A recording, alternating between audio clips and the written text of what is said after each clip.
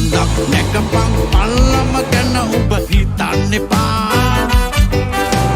ගමනක් ඵලයක් වංගු ගැටිති ගැන බලන්න එපා